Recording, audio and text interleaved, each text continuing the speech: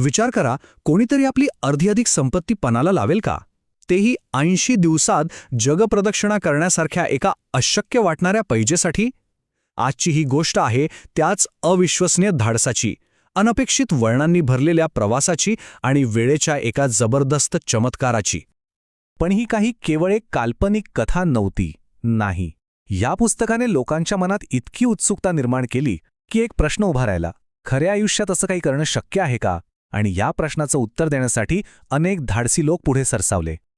आणि तुम्हाला आश्चर्य वाटेल, हे फक्त शक्यच झालं नाही, तर 1889 मध्ये नेली ब्लाय नावाच्या एका पत्रकार महिलेनं हा प्रयत्न केला आणि फिलियास फॉगचा काल्पनिक विक्रम चक्क मोडला.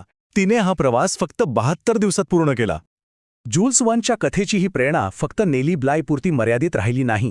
गेल्या 100हून अधिक वर्षांपासून पत्रकार, सेलिब्रिटी, खेळाडू सगळ्यांनाच या कथेने वेड लावला आहे. इतकंच काय, तर आज ही जलप्रवासात विक्रम करणाऱ्यांना जी ट्रॉफी दिली जाते तिचं नाव आहे जूल्स वर्न ट्रॉफी.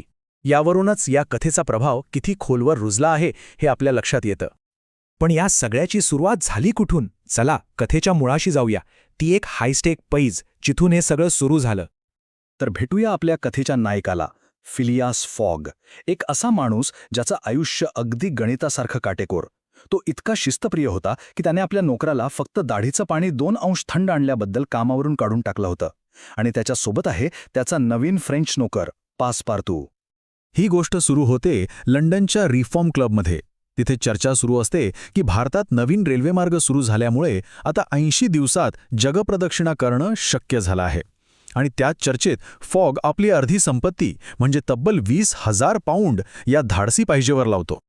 आता हे 20,000 पाऊंड म्हणजे किती मोठी रक्कम होती ह्याचा अंदाज घ्यायचा असेल तर आजच्या काळात त्याची किंमत आहे सुमारे 2.3 दशलक्ष पाऊंड.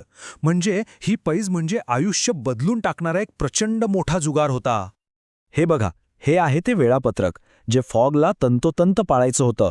सुएझ कालवा आणि नवीन रेल्वे मार्गांमुळे हा प्रवास कागदावर तरी शक्य वाटत होता. पण जरा नीट बघा, प्रत्येक टप्प्यामध्ये विश्रांतीसाठी जवळपास वेळच नाहीये. एक जहाज चुकलं, एक ट्रेन उशिरा आली की खेळ खल्लास. म्हणजे इथे एका छोट्याशा चुकीलाही जागा नव्हती. आणि मग सुरू होतो खरा संघर्ष. एका बाजूला फॉगचं अचूक नियोजन आणि दुसऱ्या बाजूला वास्तविक जगातील अनपेक्षित अडथळे. फॉगचा प्रवास म्हणजे जणू अडचणींची एक मालिकाच होती. सुएझमध्ये एक गुप्तहेर त्याला बँक चोर समजून मागे लागला. भारतात पोचल्यावर कळलं की रेल्वे रुळच अपूर्ण आहे. अमेरिकेत ट्रेनवर हल्ला झाला आणि अटलांटिक महासागरात तर जहाजाचं इंधनच संपलं. म्हणजे प्रत्येक वळणावर एक नवीन आव्हान त्याची वाटच बघत होतं. या सगळ्या धावपळीत भारतात फॉग एका तरुणीला औदाला सती जाण्यापासून वाचवतो. या बचाव कार्यात त्याचा खूप मौल्यवान वेळ जातो. पण इथेच आपल्याला त्याच्या त्या काटेकोर स्वभावापलीकडची माणुसकी दिसून येते. अनेक अडथळ्यांवर मात करून फॉग लंडनला पोहोचतो खरा, पण त्याला कळतं की त्याला उशीर झालाय. त्याने पैज गमावली आहे. पण थांबा, कथेचा खरा क्लायमॅक्स तर अजून बाकी होता. तर तो लंडनला पोहोचतो. तारीख असते 21 डिसेंबर, पण तो अंतिम मुदतीपेक्षा 5 मिनिटं उशिरा असतो. त्याला वाटतं की त्याची अर्धी संपत्ती, त्याचा सन्मान, सगळं काय गेलं. आणि इथेच कथा एक नाट्यमय वळण घेते. काय झालं असेल जर फॉगची वेळेची गणना चुकली असेल तर? काय झालं असेल जर तो दिवस शनिवार नसून शुक्रवार असेल तर? तर गंमत काय झाली होती माहीत आहे का? फॉग सतत पूर्वेकडे प्रवास करत होता. त्यामुळे लंडनमध्ये बसलेल्या लोकांनी जेवढे सूर्योदय पाहिले त्यापेक्षा एक सूर्योदय फॉगने जास्त अनुभवला होता. त्याने त्याच्या प्रवासात 80 दिवस मोजले होते, पण प्रत्यक्षात लंडनच्या वेळेनुसार फक्त 19 दिवसच झाले होते. न कळतपणे तो एक संपूर्ण दिवस वाचून बसला होता. यामागचं विज्ञान अगदी सोपं आहे. तुम्ही पूर्वेकडे जसजसे जाता तसतसा सूर्य लवकर उगवल्यासारखा वाटतो आणि तुमचा दिवस थोडा लहान होतो. हा लहान फरक संपूर्ण पृथ्वी प्रदक्षिणा पूर्ण झाल्यावर एकत्र येऊन 24 तासांचा म्हणजे एका पूर्ण दिवसाचा बनतो. आणि लक्षात घ्या, त्या काळात आजच्यासारखी आंतरराष्ट्रीय वाररेषा नव्हती, त्यामुळे हा गोंधळ होणं अगदीच स्वाभाविक होतं.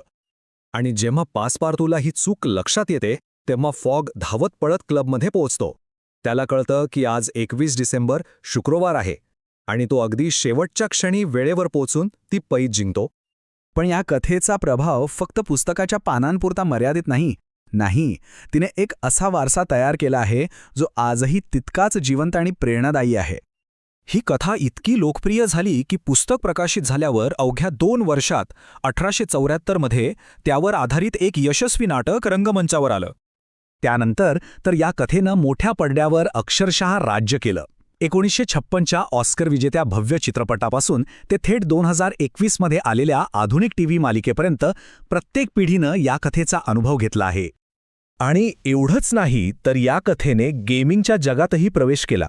2014 साली आलेल्या 80 डेज या समीक्षकांनी गौरवलेल्या गेमने तर खेळाडूंना स्वतःचा मार्ग निवडून जगप्रदक्षिणा करण्याची संधी दिली.